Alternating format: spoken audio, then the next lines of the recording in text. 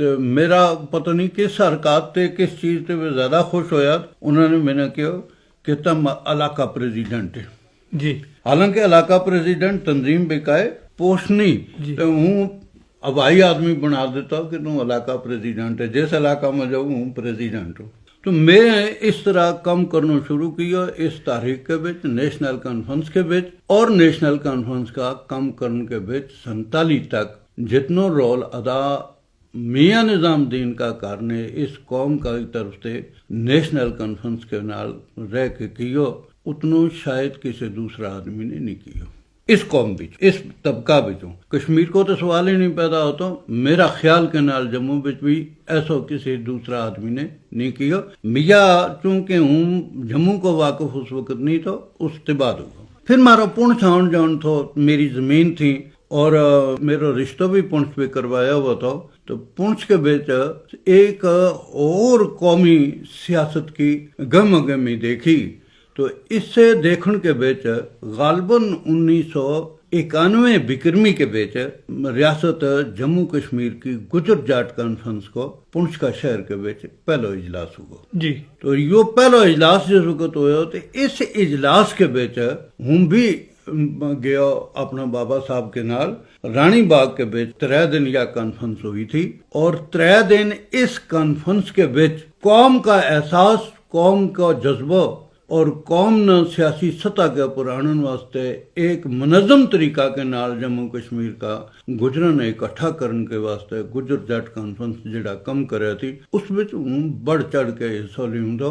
اور میرا اس حصہ نہ لین تے میری اس جدوجہد نہ ہر قومی بھائی ہے جڑا وہ بڑا پسند فرمایا تھا.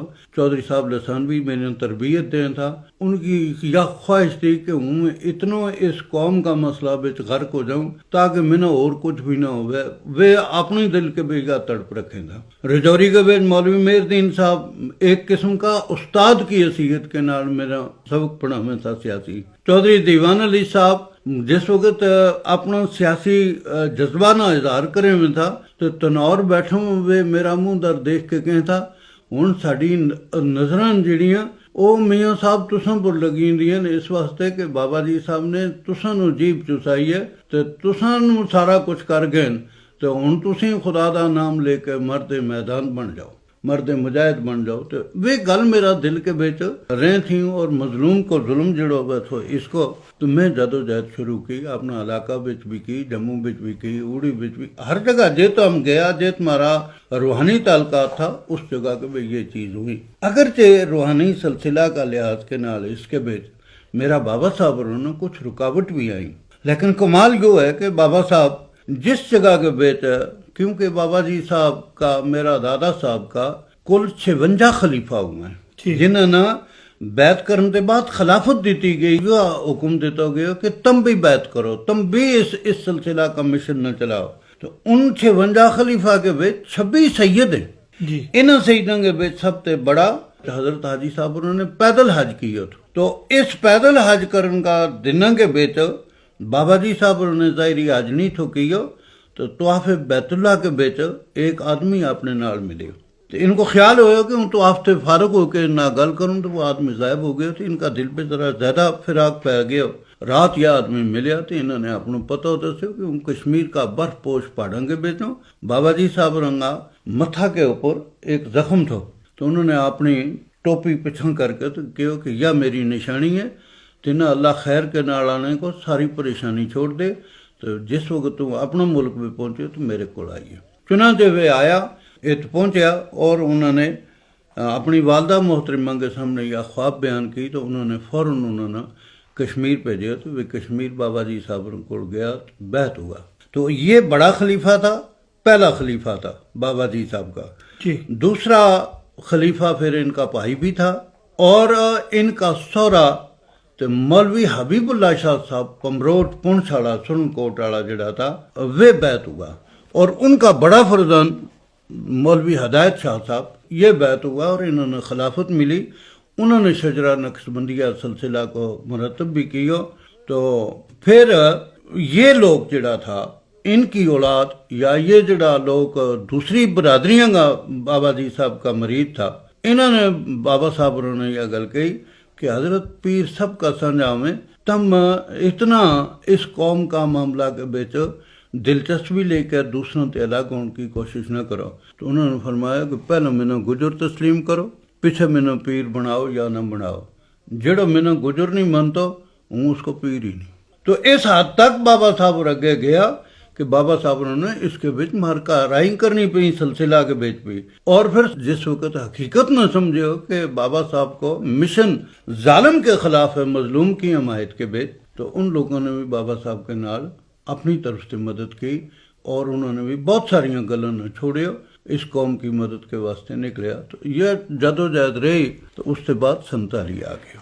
جس وقت 47 آیا تو 47 کا دنوں کے بیچ نئی حکومت ایمرجنسی گورنمنٹ بنی. پاکستان نے قبائلی بھیجا، کشمیر کا پر حملہ ہوگا، ہماری لار تک پہنچیا، گڑبڑ ہوئی، سارا کچھ ہوگا. تو اس وقت ملک نہ بچاؤ کے واسطے ہندوستان کے نال جڑو ایک رابطہ قائم کیا شیخ صاحب نے، اس کی روشنی کے بیچ اس نے اجاگر کرنے کے واسطے میں نہ صرف اپنا علاقہ بے کم کیو بلکہ میں جموں کشمیر کے بے کم کیو. چنانچہ جس وقت نوشہرہ تے ہندوستان کی فوج پنچ کی طرف گئیں اور رجوری فتح کی، پھر اس کے بعد وہ کٹے مار وغیرہ تے انگا تے تھنا تے ہوتا جے کو جو پنچ کی فوجوں کے نال ملاپ ہوا. تو اس وقت شیخ صاحب کی حکومت کے بے شیخ صاحب نے اپنا 2 منسٹر سردار بت سنگھ اور محی الدین زورا، ہمدانی بھی کہیں تھا زورا بھی نہ کہیں تھا، انہوں نے بھیجو کہ تم ہو تو بساؤ کا سلسلہ جڑو اس نے دیکھو.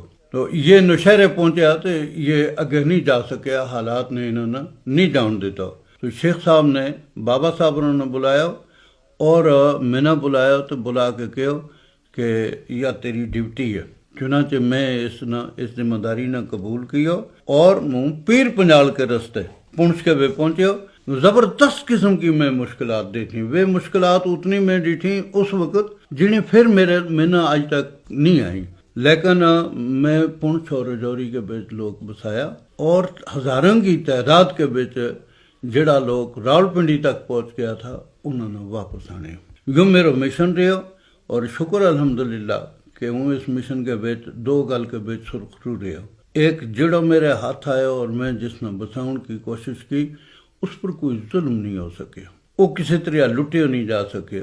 اس کی جائیداد جڑی تھی کافی اس نے مڑ کے واپس ملی. اور بکروال لوگ جڑا اس وقت ریاست جموں کشمیر کے بیچ آباد ہیں، ان سب کی واپسی کو اور ان سب کی خدمت کو ہر بارڈر کے اوپر میں کیو. میرا اس وقت جس وقت وہ حالات ہوا اس وقت ہندوستان کی فوجوں نے بڑی ہمدردی کے نال میں نے مدد کی اور اس مدد کا کامیاب ہونے کے نال میں بہت سارا بکروال لوگ ہزاروں کی تعداد کے بیچ واپس آنے ہیں. سب کچھ ہوا، پنچ رجوری آباد ہوئی الحمدللہ. خدا اس نے آج بھی سرسبز شاداب رکھے، ہر مصیبت سے بچاوے. آمین. حضرت ادب کا لحاظ کے نال تمہیں بڑا شوق ہے اور گل کرنا تھارے نال کہ بابا جی صاحب لاروی رحمت اللہ کا کلام کے واسطے لوگ ترسیں. تو اس ضمن میں اتنی سخت چیز نہ تم نے انشاءاللہ ہاتھ میں لیو اور یا ایک گل بھی کی ہے، لیکن یہ شاعرانہ شوق، ادب کو شوق یوں کس طرح آئے اور کاتوں ہوئے؟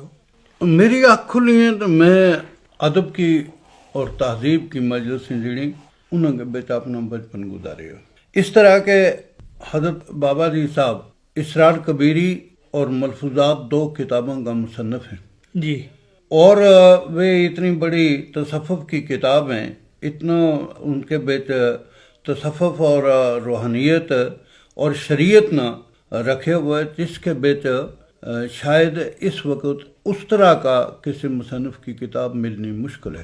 تو وہ مجلس جڑیوں میں تھیں ان کے بیچ جڑیوں کتاب پڑھی جائیں تھیں، انہوں کتابوں کے بیچ جڑا لوگ زیارت کے اوپر آن جان والا لوگ میں تھا، انہوں کا نعت پڑھنا، انہوں کا حضرت میاں محمد بخش صاحب رحمۃ اللہ علیہ کھڑی شریف والوں کی سیف الملوک نہ پڑھنا، اور اسی طرح اور کتاب جڑی پنجابی شاعراء کی تھیں انہوں کو تو خصوصاً نعت جڑی تھیں وہ. تو اس کے بعد علامہ اقبال کی کتاب بانگے درا جی، یہ کچھ ایسی چیز تھیں جڑی بڑی زیر مطالعہ رہی تھیں اور انہوں کے نال دلچسپی رہی تھی. تو مجلساں کے بچ بھی ان موضوع کے اوپر تفسیر کے اوپر حدیث کے اوپر گل ہوئی تھی. دراصل عرض ہے جناب منشی صاحب کہ ایک وقت ہمارا بچپن کے بچ جس پہ ہم پڑھا تھا ایسا بھی گزرا تھا کہ اس وقت صوبہ سرحد تے لے کے دلی تے لے کے جموں کشمیر کا 2 مہینہ 3 مہینہ کے بچ بڑا شعراء اور علماء جڑا ہیں یہ وانگت جائیں تھا اور وانگت یہ رہ میں تھا. تو وانگت یہ جس وقت جائیں تھا یہ رہ تھا تو ان کی علمی ادبی اور سیاسی بحث جڑی ہوئی تھی ان میں ہماری ڈیوٹی ہوئی تھی جس کے وچ میں نا بڑی دلچسپی ہوئی تھی اور بڑا ان چیزوں کو دل دادا تھا تو اتنا نا سنتا رہوں تھا سمجھتا رہوں تھا.